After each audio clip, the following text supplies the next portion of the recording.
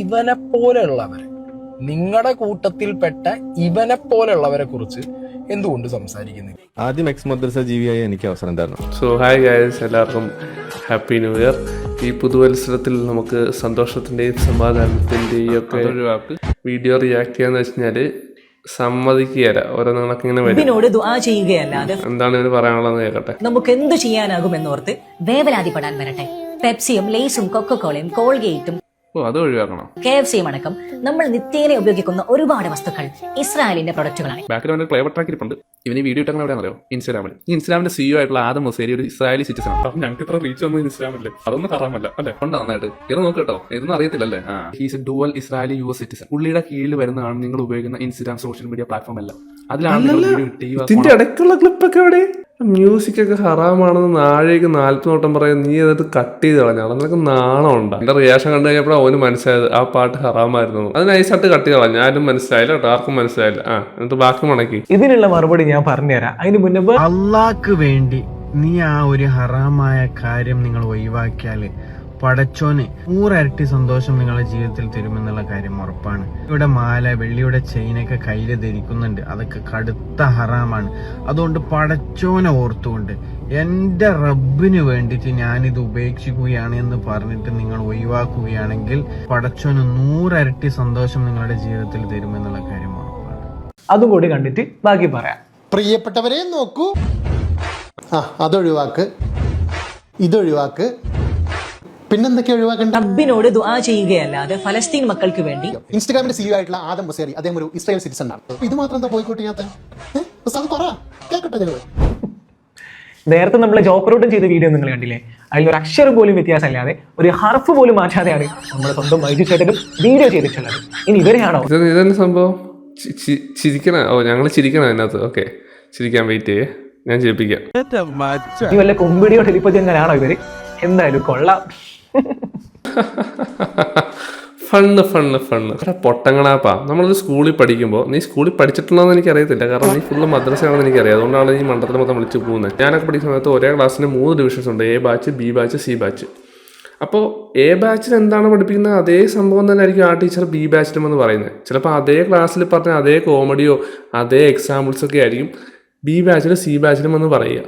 അത് അവരുടെ ജോലിയാണ്. അതുപോലെ തന്നെ ഈ വ്യക്തി ആരാന്ന് എനിക്കറിയില്ല. ഈ വ്യക്തിയുടെ വീഡിയോ ഞാൻ ഇപ്പോഴാണ് കാണുന്നത്. ഈ വ്യക്തി എൻ്റെ വീഡിയോ കണ്ടിട്ടാണോ റിയാക്ട് ചെയ്യുന്നത് എനിക്ക് അറിയാൻ പാടില്ല. ഇനി ആണെങ്കിലും അല്ലെങ്കിലും ആ ചോദിച്ച ചോദ്യം വ്യക്തമാണ്. Dual Israeli US citizen. അതൊക്കെ കളയുമ്പോൾ ഇതും കളയണ്ടേ മോനെ? ആ ചോദ്യം ഞാനെന്നല്ല, അത് കണ്ട് വേറെ ആര് ചോദിച്ചാലും അതിനൊരു ഉത്തരം കറക്റ്റായിട്ട് വേണം. അത് ഇവൻ പറഞ്ഞു വിട്ട് ഉത്തരം കേൾക്കണോ? ഇവരെയാണോ ഒരമ്മ വെച്ച അലിയന്മാരെന്നൊക്കെ വിളിക്കുന്നത്? ഫലസ്തീനിലെ പിഞ്ചു കുഞ്ഞുങ്ങളെ കൊന്നൊടുക്കാൻ വേണ്ടി ഫണ്ട് ചെയ്യുന്ന കോൾഗേറ്റ്, ഡവ്, നെസ്ലെ പോലുള്ള കമ്പനികളൊക്കെ ഉണ്ടാക്കുന്ന പൈസയുടെ ലാഭം പിഞ്ചു കുഞ്ഞുങ്ങളെ കൊല്ലാൻ വേണ്ടിയാണെന്നുള്ള ഇവന്റെ കണ്ടുപിടുത്തം ഉണ്ടല്ലോ. ഇതിന്റെ അടിയിൽ ഇവനൊരു കമന്റ് പിൻ ചെയ്ത് വെച്ചിട്ടുണ്ട്. അതുകൂടി കണ്ടപ്പോഴേക്കും എനിക്ക് ഇവന്റെ നിലവാരം എന്താണെന്ന് മനസ്സിലായി. എല്ലാം ഞമ്മന്റെ പുസ്തകത്തിലുണ്ടെന്ന് മാത്രം വിശ്വസിക്കുന്ന ഒരു പോങ്ങൻ. പിന്നെ ഈ ഊക്കിട്ടുന്ന ഭാഗം മാത്രം കട്ട് ചെയ്ത് അടിച്ചു കളയുന്നത് നീ വലിയ മാന്യം കളിക്കരുത്. ഇനി ഇവന്റെ ബാക്കി മറുപടി കേൾക്കാം. യുക്തിവാദി മണ്ടന്മാരുടെ സ്ഥിരം കരച്ചിലുള്ള മറുപടി പറഞ്ഞുതരാം. ഇൻസ്റ്റഗ്രാമും ഫേസ്ബുക്കും ജൂ തന്നെയാണ്. അതുകൊണ്ട് തന്നെ മറ്റു ഇസ്രായേലി പ്രൊഡക്റ്റുകൾ ബഹിഷ്കരിക്കുന്ന സമയത്ത് ഇൻസ്റ്റഗ്രാമും ഫേസ്ബുക്കും ഒക്കെ ബോയ്ക്കോട്ട് ചെയ്യണമെന്നാണ് ഈ ഒരു അമ്മ വെച്ച അലിയന്മാർ പറയുന്നത്. എന്റെ പൊന്നു ത്രികോണ ബിന്ദു ദൃഷ്കളാഞ്ചിത മരഭൂതങ്ങളെ, എന്റെ പൊന്നു ത്രികോണ ബിന്ദു ദൃഷ്കളാഞ്ചിത മരഭൂതങ്ങളെ. നല്ല ഹലാലായിട്ടുള്ള തെറി വടമാണ് വേണ്ടത്. ഫലസ്തീനിലെ പിഞ്ചു കുഞ്ഞുങ്ങളെ കൊന്നൊടുക്കാൻ വേണ്ടി ഫണ്ട് ചെയ്യുന്ന ബ്രാൻഡുകളെയാണ് ബോയ്ക്കോട്ട് ചെയ്യാൻ പറഞ്ഞിട്ടുള്ളത്. അവന്റെ കണ്ടുകൊടുത്ത് നോക്കി. ഫലസ്തീനിലുള്ള പിഞ്ചു കുഞ്ഞുങ്ങളെ കൊല്ലാനായിട്ടാണ് കോൾഗേറ്റും ഡവും ഒക്കെ തുനിഞ്ഞിറങ്ങിയേക്കണത്. എടാ എവിടുന്ന് വരുന്നതാ നീ? ഇവർക്ക് ഇതാ പണി. ഇൻസ്റ്റാഗ്രാം ഫണ്ടേ ചെയ്യുന്നില്ല അല്ലെ? ഇൻസ്റ്റാഗ്രാം ഫണ്ടേ ചെയ്യുന്നില്ല. ഇൻസ്റ്റാഗ്രാം ഫണ്ട് ചെയ്തെന്നാണ് നീ ഇൻസ്റ്റാഗ്രാം ഇപ്പോൾ നിർത്തിയത്. വാണം. ജൂതന്മാരോട് മുസ്ലിങ്ങൾക്ക് പ്രത്യേകിച്ച് വിരോധമൊന്നുമില്ല. അമ്പോ മാറ്റി പിടിച്ചല്ല ഇപ്പൊ ടെക്നിക്ക്. ജ്യൂസ് ശത്രുക്കളല്ലേ? മനുഷ്യന്മാർ ശത്രുക്കളാണോ? മനുഷ്യന്മാർ ശത്രുക്കളല്ല. അപ്പൊ ഈ ജ്യൂസ് മനുഷ്യന്മാരല്ലേ? ജൂതന്മാരോട് മുസ്ലിങ്ങൾക്ക് പ്രത്യേകിച്ച് വിരോധമൊന്നുമില്ല. അല്ലാണ്ട് നിനക്ക് ഇസ്രായേലിനോട് പ്രത്യേകിച്ച് പ്രശ്നങ്ങളൊന്നുമില്ല. ഒന്നുമില്ല. എന്നാ ഞാനത് പ്രൂവ് ചെയ്യട്ടെ. എറണാകുളത്തെ 3 മേജർ ഹോസ്പിറ്റലുകൾ, അമൃത ഇൻസ്റ്റിറ്റ്യൂട്ട്, ആസർ മെഡിസിറ്റി, രാജഗിരി, ഈ 3 ഹോസ്പിറ്റലിൽ 2 പ്രത്യേകതകളുണ്ട്. ഒന്നാമത്തെ കാര്യം ത്രികോണത്തിൽ തന്നെയാണ്. അതായത് Aster focused on Muslims and Rajagiri focused on Christians and Amrita focused on Hindus. Hospital ആയതുകൊണ്ട് തന്നെ അവർക്കൊരിക്കലും വേർതിരിവോ വിവേചനമോ കാണിക്കാൻ പറ്റില്ല. അത് പ്രത്യേകിച്ച് മതത്തിന്റെ പേരിലോ നിറത്തിന്റെ പേരിലോ ഒന്നിന്റെ പേരിലോ. ഇനി മറ്റൊരു പ്രത്യേകത എന്താണെന്ന് വെച്ചാൽ ഈ 3 ഹോസ്പിറ്റലുകളും ഏറ്റവും കൂടുതൽ ഫോക്കസ് ചെയ്യുന്നത് NRI പേഷ്യൻസിനാണ്. ഞാൻ എന്തിനാണ് ഇത് ഇവിടെ പറയുന്നത് വെച്ചാൽ ഇതിൽ ആസ്റ്റർ മെഡിസിറ്റി ഒരു പ്രത്യേകത ഉണ്ട്. ആസ്റ്റർ മെഡിസിറ്റിക്കല്ല പ്രത്യേകത, ആസ്റ്റർ മെഡിസിറ്റിയിൽ വർക്ക് ചെയ്യുന്ന സ്റ്റാഫുകൾക്ക് ഒരു പ്രത്യേകതയുണ്ട്. എന്താണെന്നറിയാമോ? അവിടെ കൂടുതലും വർക്ക് ചെയ്യുന്ന സ്റ്റാഫുകൾ എന്ന് പറഞ്ഞാൽ ഓഫ് കോഴ്സ് ഫോക്കസ്ഡ് ഓൺ മുസ്ലിംസിന് വേണ്ടി ആയതുകൊണ്ട് തന്നെ അവിടുത്തെ കൂടുതൽ സ്റ്റാഫുകളും മുസ്ലിംസ് തന്നെയാണ്. ഈ ഇപ്പോൾ വിചാരിക്കുന്നത് ഈ ആസ്റ്റർ മെഡിസിറ്റി നീ ഈ പറഞ്ഞ കാര്യമായിട്ട് എന്താണ് ബന്ധമെന്നായിരിക്കും. പറഞ്ഞുതരാം. ഞാൻ നേരത്തെ പറഞ്ഞു ഈ ഹോസ്പിറ്റലിലൊക്കെ മേജറായിട്ട് ഫോക്കസ് ചെയ്യുന്ന NRI പേഷ്യൻസിനാണ്. അവിടെ ദുബായിൽ നിന്നും സൗദിയിൽ നിന്നും കുവൈറ്റിൽ നിന്നും ഇസ്രായേലിൽ നിന്നും ഈ പറയുന്ന ഇസ്രായേലിൽ നിന്നും ആൾക്കാർ വരുന്നുണ്ട്. അവിടെ ഞാൻ പോയപ്പോൾ കണ്ടൊരു സംഭവമാണ്, ഒരു ഇസ്രായേലി വനിത, പുള്ളിക്കാരി പ്രഗ്നൻ്റ് ആയിട്ട് വന്നതാണ് ആ ഹോസ്പിറ്റലിൽ. അപ്പോൾ അവിടെയുള്ള സ്റ്റാഫുകൾ ആലോചിച്ച് നോക്കണം, ആസ്റ്ററിൽ വർക്ക് ചെയ്യുന്ന സ്റ്റാഫുകൾ മർമർ ചെയ്യുന്നതെന്നറിയാമോ? അതേ നോക്കി ആയിരിക്കുന്ന ആരാന്നറിയാവോ? അതൊരു ഇസ്രായേലി ആണെന്ന്. ഇസ്രായേലി ആണെങ്കിൽ ഇപ്പം എന്താ, നീ പറഞ്ഞ സാധനം എല്ലാവരുടെ ഉള്ളിൽ ഇങ്ങനെയല്ല. നീ ഇപ്പോൾ പറഞ്ഞല്ലോ നല്ല ആൾക്കാരുണ്ട് മോശം ആൾക്കാരുണ്ട്. ജൂതന്മാരോട് മുസ്ലിങ്ങൾക്ക് ജ്യൂസ് ലോകത്ത് പണ്ടുണ്ടായിരുന്നില്ല, ജ്യൂസ് ഇല്ലായിരുന്നു, ഫുൾ കഞ്ചാവായിരുന്നു. ജ്യൂസ് കഴിക്കാനേ പാടില്ല. പ്രത്യേകിച്ച് വിരോധമൊന്നുമില്ല. എടാ നീ പറയുന്ന മോശം ആൾക്കാരും നല്ല ആൾക്കാരൊക്കെ എല്ലാ രാജ്യത്തും എല്ലാ മതത്തിലും ഉണ്ട്. നീ പറയുന്ന നിന്റെ മതത്തിൽ പോലും ഉണ്ട് ഇങ്ങനത്തെ ആൾക്കാർ.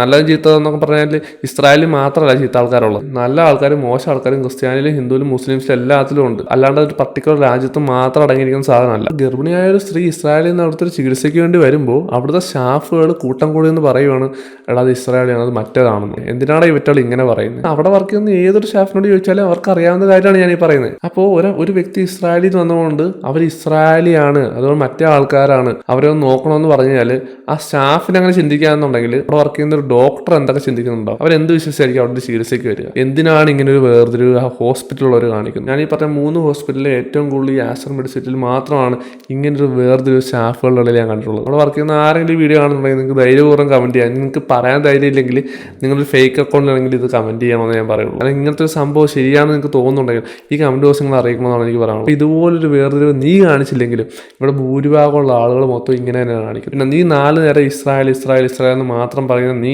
ഇന്നിപ്പോൾ ആൾക്കാരെ നിന്ന് ഊക്ക് മേടിച്ച് കഴിഞ്ഞപ്പോഴേക്കും ഉടനെ തന്നെ വിഷയം മാറ്റി. എന്നിട്ട് അതിനകത്ത് നല്ലവരുണ്ട്, ഇതിനകത്ത് മോശമുണ്ട്. അവിടെ മോശം ഇല്ലാത്തത് ഏത് മതത്തിലാണ് നല്ല ആൾക്കാരുള്ളത്, ഏത് മതത്തിലാണ് ചീത്ത ആൾക്കാരുള്ളതെന്ന് പറയാമോ? ഇവളാണോ നല്ലത്? അത് നീയാണോ നല്ലത്?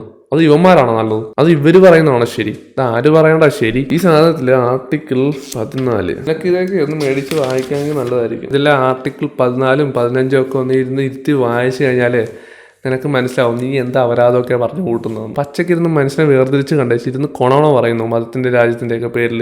നാണമില്ലടാ നാറി. ഞാൻ ചെയ്ത മുഴുവൻ വീഡിയോ കാണിക്കേണ്ട, അതിനകത്തുള്ള ചെറിയ ക്ലിപ്പ് മാത്രം എഡിറ്റ് ചെയ്തിട്ട് കുറെ മണ്ടന്മാരെ എടുത്ത് കൈയടിപ്പിച്ചിട്ട് നാണം ഉണ്ടോ നിനക്ക്? നാണമില്ലടാ നിനക്ക്. നാഴേക്ക് 4 പാട്ട് ഹറാമ് എന്ന് പറയുന്നത് നീ അതെടുത്ത് എഡിറ്റ് ചെയ്ത് കളഞ്ഞിട്ട് ഇന്ന് കൊണോണോ വെക്കുന്നു അതിനകത്തിരുന്ന്. ഒരു കാര്യം ഞാൻ പറഞ്ഞത് വേറെ ആൾ പറഞ്ഞാൽ എന്താ തെറ്റ്? നിനക്ക് നീ ഇവിടത്തല്ലോ ഈ ലോകത്തൊന്നും അല്ല ജീവിക്കുന്നത്. അതായത് ഇവൻ പറയുവാണ് ഞാൻ പറഞ്ഞൊരു കാര്യം വേറൊരാൾ പറഞ്ഞത് ഇവന് ഇഷ്ടപ്പെട്ടില്ല, അത് റിപ്പീറ്റ് അടിച്ചു, ഒരമ്മ പെറ്റ മക്കള്. നീ പിന്നെ എന്തുവാ ചെയ്യുന്നേ?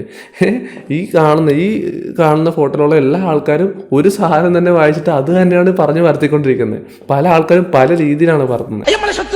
നിങ്ങളുടെ ഉള്ളിൽ തന്നെ വേർതിരി കാണിക്കുന്ന പറയണല്ലോ മുജാഹിദ് സുന്നി മറ്റത് മറിച്ചാന്നൊക്കെ പറഞ്ഞു. അതിനൊന്നൊരു പ്രശ്നമില്ലേ? ഇവനൊരു കോമഡി പീസാട്ടോ. ഇവനൊരു വൻ തോൽവിയാണ്. നീ എന്താ പറയുക, ദുഷ്ക്ലാഞ്ചിത മരഭൂതോ?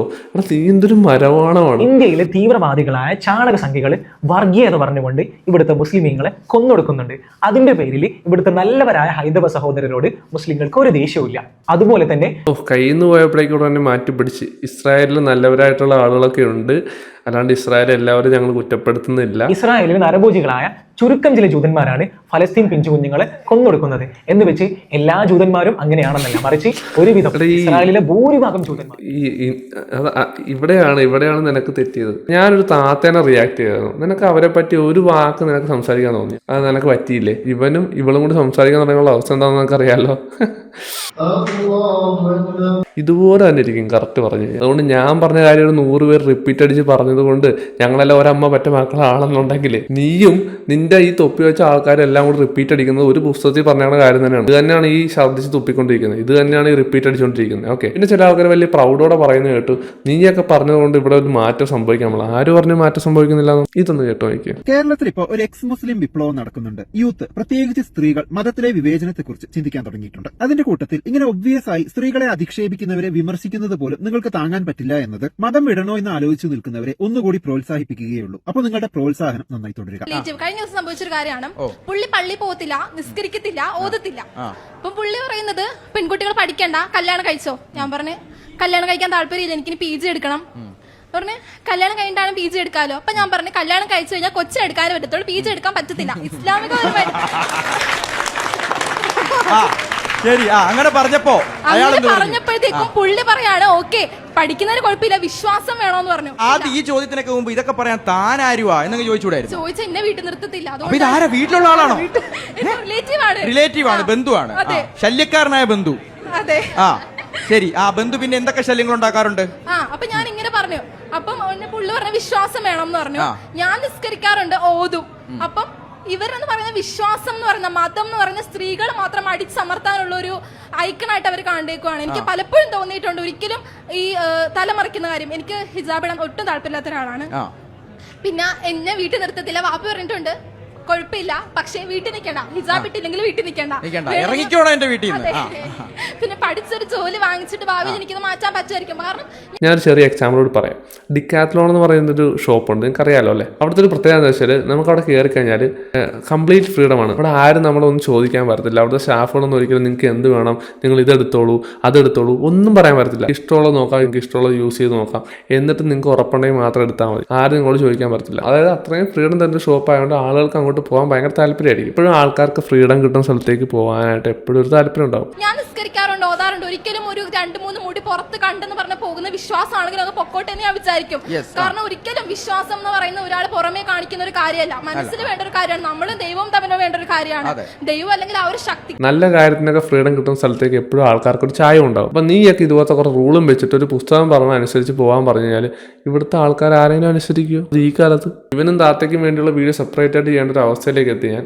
അതിനേക്കാൾ ഉപരി മിക്കവാറും ഞാൻ ഈ ത്രികോണ ഊക്കൊക്കെ വിട്ടിട്ട് ഈ ഒരു പർട്ടിക്കുലർ മാത്രം ഊക്കേണ്ട ഒരു അവസ്ഥയിലേക്ക് എത്തിയിരിക്കുന്നത്. അതുപോലെയാണ് ഇവന്മാരുടെ കരച്ചിൽ കമന്റ് ബോക്സിൽ. പക്ഷെ അത് ചെയ്താൽ ശരിയാവത്തില്ല, കാരണം നമ്മുടെ ഇക്വാളിറ്റി നഷ്ടപ്പെട്ടു പോകും.